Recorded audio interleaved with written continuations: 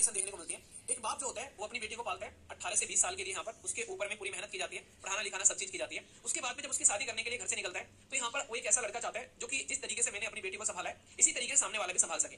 तो लेकिन यहाँ पर कंडीशन खराब होनी स्टार्ट हो जाती है।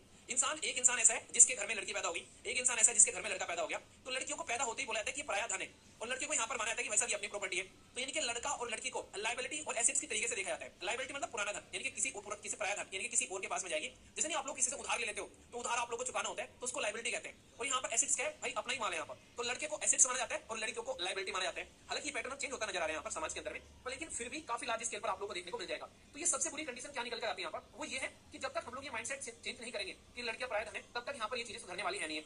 और अगर आप लोग बाप को भी देखो, घर से जब निकलता है तो यहाँ पर अगर ठीक ठाक कमाने वाला पिताश्री है कोई, तो वो सोचेगा कि एक ऐसा लड़का ढूंढा जाए जो कि बिल्कुल शानदार तरीके से उसके पास में धन संपत्ति हो, और कुछ नहीं बस धन संपत्ति होना चाहिए, ऊंचा खानदान होना चाहिए, अमीर टाइप का, वो भी ढूंढेगा। वो भी यहाँ पर ये नहीं देखेगा कि कोई नॉर्मल सा परिवार मिल जाए जहाँ ठीक ठाक खुशी से रहते हो और वैसा बच्चे का ध्यान रख सके, आराम से मिलजुल कर रहते हो, परिवार में प्यार हो और बढ़िया रह रहे हैं, एक दूसरे की इज्जत भी कर रहे हैं। नहीं, उसको भी ऐसा ही घर चाहिए कि वैसा जिसकी ठाट साठ हो, गाड़ियां वाड़ियां बढ़िया महल जैसा घर हो यहाँ पर, भले वहाँ पर बच्चे कितने भी परेशान रहे, ये बाद में देखा जाएगा। पर स्टार्टिंग में कुछ ऐसा होना चाहिए कि भाई रुतबा होना चाहिए समाज में उस पर्टिकुलर घर का यहाँ पर, ताकि लोगों को बता सकूं मैं कि वाह देखो कितना शानदार घर मैंने जो है वो आज की डेट में यहाँ पर देखा है। तो ये कंडीशन आप लोग समाज के अंदर में समझ सकते हैं। तो इंटरेस्टिंग चीज क्या निकल कर आती है यहाँ पर, इंटरेस्टिंग चीज निकल कर आती है कि डोगरी के लिए अगर कोई आप लोग को बोले कि ओनली लड़का ही यहाँ पर जिम्मेदार है, लड़के के घर वाले, तो मैं लड़की के घर वालों को भी यहाँ पर रेस्पॉन्सिबिलिटी मानता हूँ यहाँ पर कि लड़का और लड़की दोनों रेस्पॉन्सिबल है यहाँ पर डोगरी के लिए। अगर समाज के अंदर में आप लोग देखोगे कई जगह पर कई सारी लड़कियां भी ऐसी पाई जाती हैं, वो खुद कहती हैं कि मेरी इज्जत बनेगी, जिसका परिवार थोड़ा ठीक सा होता है कि मेरी इज्जत बनेगी, मुझे थोड़ा ज्यादा देना एक तरीके से। ऐसे में मैंने कई सारे एग्जांपल देखे, वो समाज में खुद अपनी इज्जत बनाना चाहती है, अपने आप से खुद सामान लाना चाहती है ताकि उनकी इज्जत दिखे कि हाँ देख कितना सामान, कहते हैं कितना माल लेके आई है, ऐसे शब्द इस्तेमाल किए जाते हैं। तो ये नॉर्मली देखने को मिलेगा, लेकिन उससे खुशी नहीं मिलती है। ये एनसीआरबी का डेटा बताया,